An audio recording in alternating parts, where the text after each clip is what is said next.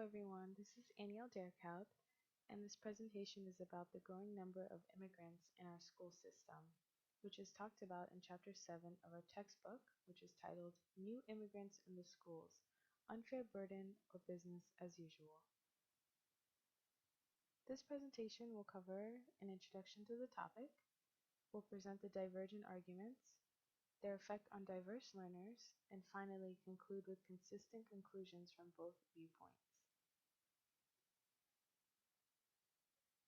The Pew Research Center has been conducting immigration studies in the United States for quite some time. They've predicted that by the year 2050, 2.1 million immigrants, or about 20% of the total population, will reside in the United States. The children of immigrants are truly changing American schools by record numbers and of really wide diversity.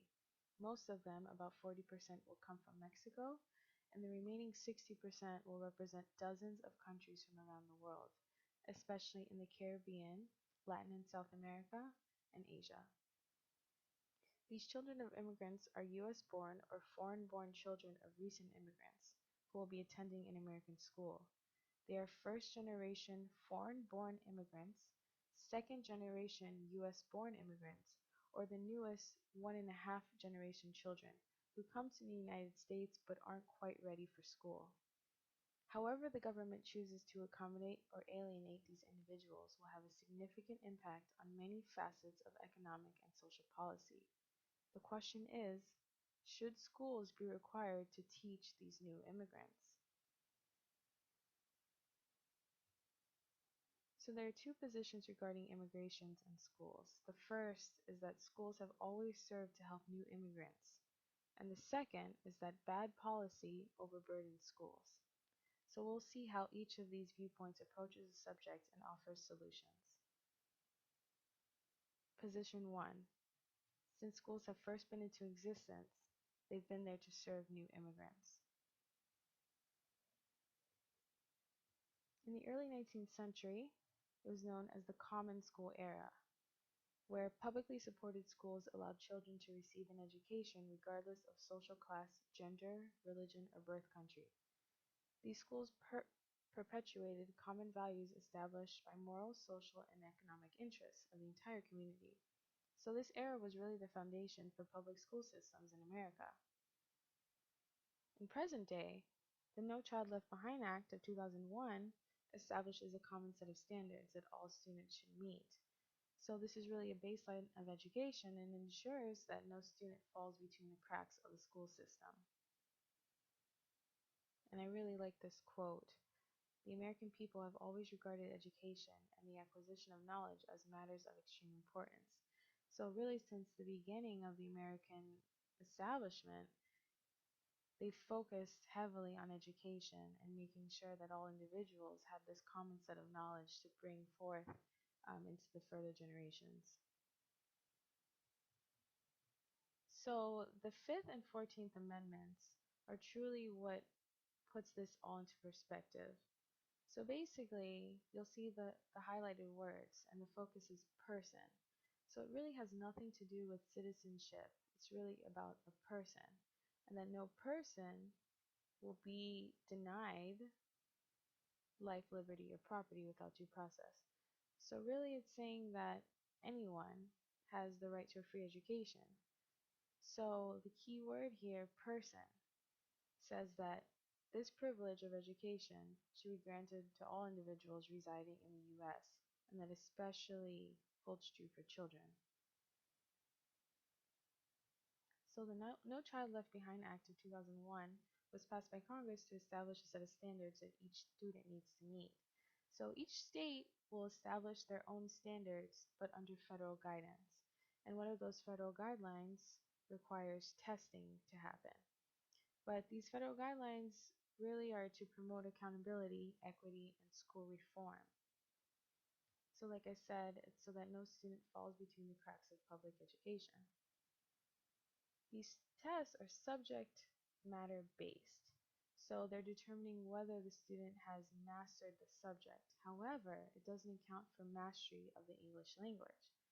So if students are struggling with English, it's hard to determine if the poor test score is based on the English language or the lack of knowledge in the subject.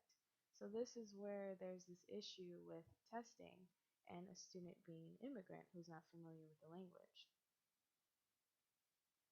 So there are plenty of cultural challenges that immigrant students have, but there are some ways to overcome them. So you'll see here in this diagram that it's almost as if this person is being kind of pulled in many different directions by many people. So these immigrant students struggle as they try to adjust to the new culture and the unfamiliar language. In most cases, bilingualism is admired, and we're almost envious of people who can speak another language. But it's really rare to find a native English speaker who becomes dominant in a second language. In fact, most of them are never even required to master a second language. But immigrant students are never applauded for their blatant requirement to learn English, and instead they're ostracized. So these immigrant students are really being pushed and pulled in different directions upon arriving to the United States. So their teachers and counselors will give them an overall understanding of the new culture and how to find their way. Their classmates will teach them the cultural rules, so really the social ins and outs of the new culture. These kids then become cultural brokers, so to speak, for their parents and families since they have a better grasp of the language and the culture. So they're really trying to honor their past heritage, but also embrace the host heritage as well. So they're really being pulled between two different lifestyles at home and at school or in their community, and it's really hard for them to adjust. So while many immigrants find success, many of them don't. And they have this saying, Yale or jail, Princeton or prison. So we really need to help those students find themselves in the culture and not get lost in some of these negative feelings that they might have that can guide them in the wrong direction. So it's really important that exams should be given in both English and the student's native language to more accurately measure their content knowledge. And the student's language should really be embraced while they're provided all the resources they need to facilitate learning English properly. So there's always fear-mongering or these scare tactics to influence the opinions of others. And we've all heard it. Immigrants steal our jobs, they live off of our tax dollars, they steal, they cheat, they ruin our country financially. All of these statements are biased, they're untrue. But luckily, there's these federal programs that are kind of quelling these statements. So there's one in particular called the DREAM Act, which stands for Development, Relief, and Education of Alien Minors Act. And it allows unauthorized immigrants to actually transition into American society while providing them permanent residency to themselves and children under the age of 15. So it really gives these kids a proper foundation for success since the moment they arrive. So this is really important for establishing that basis when they get here. So the second position is based on poor policy and its negative effect on schools. So the issue here is that inconsistent policies promote issues. So financially, there's the cost of screening immigrants, keeping records of them, accommodating any special requests they may have, policing, enforcing these policies, and offering welfare programs. So all of these add up to the taxpayer's expense. What's more is that two-thirds of immigrants don't even graduate high school. Thus, they earn less money and contribute fewer tax dollars to stimulate the economy. So there's this lack of control, identification, enforcement, and funding to properly support the program. But besides the financial costs, there's also these social costs, which include bullying, gang activity, racism, and overall violence. And these are really distractions that prevent immigrant students from reaching their full potential. What we really need are policies that regulate the influx of immigrants. They need to be solidified and should have adequate bipartisan support. Immigrants should definitely be required to contribute fairly to society, so whatever tax they can provide, they should be required to pay. And immigrants should be allowed to obtain residency or citizenship based on a regulated process. So that way their children can then thrive on a supported and stable system. So immigration definitely has effects on diverse learners. I really like this quote. The law imposes a lifetime of hardship on a discrete class of children, not accountable for their disabling status. So just keep that quote in mind as I go through each of these diverse learning criteria and how immigration affects them. The first are student with disabilities. So these students may not be able to properly communicate their accessibility needs. Some might be obvious, but others may not be obvious, so that language barrier can definitely affect them. Next are gifted students, so they may not be properly identified since the tests don't account for language barriers. So these children may be extremely intelligent, but they're not placed in the correct course that will really help them, spread their wings if they're not given tests that truly let them show that they've mastered the subject. Homeless students may not receive the support they need from their school or community through the lack of communication again or the fear of judgment. So they're not used to a place and suddenly now they're asking for help, especially with something that may be embarrassing to them, like being homeless. Neglected or delinquent children require extra emotional support and guidance, but may not receive it due to the language barriers again or just not having that connection to somebody here, somebody that they trust and they can ask for guidance or help.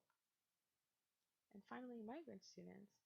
They don't have an established home base, so this frequent moving will really prevent them from establishing roots and allowing the children to develop a cultural identity. So really they're stuck in the identity of their previous heritage, which is fine, but they're also not able to really establish themselves here in this country. So to conclude, both points of view require a streamlining of the process for immigrant students to join the American school system.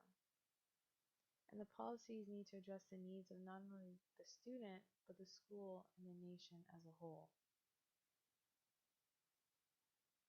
These are my references. And I'll leave everyone with this quote, and it's from page 157 of our textbook. It says, education provides the basic tools by which individuals might lead economically productive lives to the benefit of all of us. Education has a fundamental role in maintaining the fabric of our society. So I really like this quote. If you think about it, each person might be a thread, just a piece of cotton, a fiber of cotton. But education is really what weaves all of this into the fabric that is our society. So it's important that education, regardless of where the person comes from. So all of these immigrants, if they've decided to establish their lives here, um, these articles have really said that they deserve the chance, but within certain guidelines. So that's the thing to keep in mind. Both of these articles are different, but they still have this underlying idea that education is the basis to everything. So regardless of legal, illegal status, everyone deserves that right. So thank you everyone for listening to my presentation. If you have any questions or comments at all, please let me know. Thank you so much again.